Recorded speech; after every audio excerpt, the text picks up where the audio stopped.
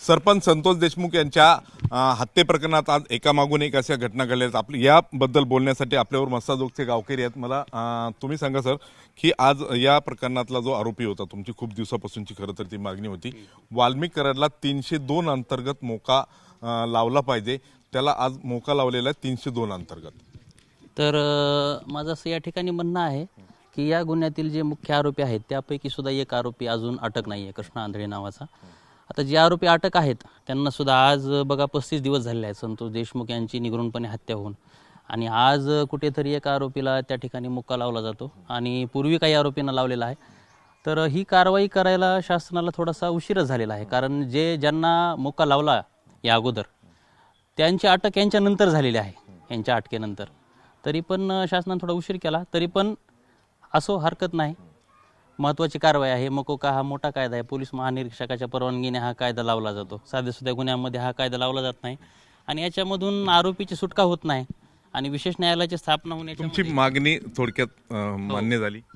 हो, मागणी मान्य झाली आणि शेवटची मागणी अशी आहे की आणखीन एक आरोपी आहे, तो आरोपी अटकेत यावा आणि लवकरात लवकर गतीनं तपास व्हायला पाहिजे, तो व्हायला हवा, एवढंच आमचं म्हणणं आहे। आज दिवसभर खरं तर वेगवेगळ्या घटना घडल्या। वाल्मिक कराड याला मोका लावला 302 अंतर्गत आणि त्यानंतर वाल्मिक कराडचे समर्थक आक्रमक झालेले पाहायला मिळाले। त्यांनी आंदोलन केलं, विशेषतः त्यांच्या आईनं आंदोलन की माझ्या मुलाला वाचवा किंवा त्याला अडकवलं जाते। तुमची काय प्रतिक्रिया गावकऱ्यांची? एक आमच्या गावचा बी एक मुलगा गेलाय ना, एक सरपंच गेलाय, जो गावचा राजा होता, त्याला मारलंय ना। त्यांची आई काय म्हणते, गाव काय म्हणतं? आणि दुसरी गोष्ट जमावबंदी 144 लागू काल रात्रीपासून झालंय। मग 144 लागू असताना जर आंदोलन होत असतील तर सरकार काय करते? सरकारनं लक्ष दिलं पाहिजे, कारण कायदा हा सगळ्यांना सारखाच असतो, न्याय पाहिजे, प्रत्येक जणाला न्याय पाहिजे। असं आंदोलन ते करून उपयोग नाही। आता जे हे जमावबंदीचं कलम लावलेलं आहे, मग आता तुम्हाला पण आंदोलन करता येणार नाही? आम्हाला पण येणार नाही। मग तुम्ही कसं बघता हे? म्हणजे नाही मग हे आंदोलन, यावर होणारी आंदोलन थांबवण्यासाठी केले काय? तुमची काय प्रतिक्रिया काय आहे याच्यावर? आता आमचे आंदोलन सध्या बंद आहेत आणि जे समजा समोर दुसरे जे आज परळी बीड लावले ते कलम योग्य आहे, योग्य लावलेलं आहे, पण आता ज्यांनी कारवाई करायला पाहिजे ना, ज्यांनी आंदोलनाचा विनयभंग केला 144चा, तर त्यांच्यावर गुन्हे दाखल झाले पाहिजेत। बाबा, तुम्ही जशी संतोष देशमुख यांच्या समर्थनार्थ आंदोलनं केली, तशीच आंदोलनं वाल्मिक कराड याचे समर्थक सुद्धा करतायत। त्याची आई स्वतः आंदोलनाला करते आणि तिचं म्हणणं की अन्याय होते, वाल्मिक कराडवर अन्याय होते, त्याला वाचवा असं तिची विनंती आहे। सध्या जे आंदोलन चालले त्यांचे ते हे काही बरोबर नाही, हे कायद्याचं उल्लंघन व्हायलं आहे त्याच्यामुळं। आणि त्यांची आई जरी म्हणत असले की मला फार दुःख व्हायलंय, तशाच प्रकारचं दुःख या मुलाच्या संतोषच्या आईला सुद्धा व्हायला लागलं ना।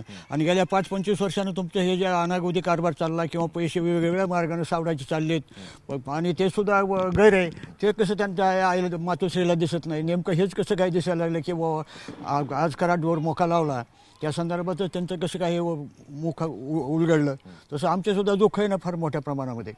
आता काय झालेलं आहे की प्रशासनानं संचारबंदी लागू केली। संचारबंदी म्हणजे 5 पेक्षा अधिक लोकांना एकत्र येता येणार नाही, तुम्हाला आंदोलन करता येणार नाही, तुमची आंदोलनं सुरू आहेत संतोष देशमुख यांच्या हत्येचा न्याय मागण्यासाठी।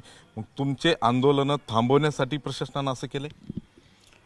असं नाही, आमचे आंदोलन थांबवण्यासाठी नाही केलं। नेमकं हे जे आता जे चाललेत त्यांची चळवळ म्हणजे विरोध हे करण्याचे आंदोलन, हे काय बरोबर नाही, कायद्यामध्ये बसत नाही आणि केलं नाही पाहिजे उल्लंघन कायद्याचं। आणि जर उल्लंघन करीत असतील कायद्याचं तर त्यांना शिक्षा होणं, त्यांच्यावर कारवाई होणं गरजेचं आहे। संचारबंदी लागू केली नाही, संचारबंदी लागू चांगल्यासाठीच केलेली आहे मुख्यमंत्री साहेबांनी, आणि आमचा पूर्ण गावकऱ्याचा विश्वास होता की तेच म्हणले होते एकाही आरोपीला सोडलं जाणार नाही। त्या संदर्भात आम्ही त्यांच्या पाठीशी आहोत, त्यांना असंच या घडामोडीला चांगली साथ द्यावी, आम्ही त्यांच्या पाठीशी आहोत। आणि आमची आणखीन एक मागणी आहे, ती म्हणजे आमचे बघा केस जे आहे ती तपास चांगल्या पद्धतीने होते, परंतु आमचे केस स्टँड चांगल्या पद्धतीने होणं गरजेचं आहे, कारण वकिलांची अनुपस्थिती हा आमच्या केसमधील सर्वात मोठा कच्चा दुवा वाटतोय आम्हाला। तर आमची माननीय मुख्यमंत्री महोदय श्री देवेंद्रजी फडणवीस साहेब यांना अशी नम्रतेची विनंती आहे शेवटची की आमच्या केसमध्ये सतीश माने शिंदे किंवा उज्ज्वलजी निकम साहेब अशा देश पातळीवरील चांगल्या दिवसभर ज्या घटना घडल्या, संचारबंदी लागू केली, मोका लावला, ह्याच्यावर गावकरी खुश आहेत? हो, 100% म्हणजे आता संचारबंदीचं या ठिकाणी दोन्ही बाजून आहे. ते आमचे आंदोलन बंद दडपण्यासाठी असं म्हणता येणार नाही. जिल्ह्यातील कायदा व सुव्यवस्थेचा प्रश्न निर्माण झाल्यामुळे जिल्हा पोलीस अधीक्षक कौवत साहेबांनी हे कार्यवाही केलेली आहे. ते ठीक आहे आणि आजचं मोक्याचं आम्ही स्वागतच करतो आहोत. ज्ञानेश्वर पतंगे, जी 24 तास, मस्सा चौक, बीड.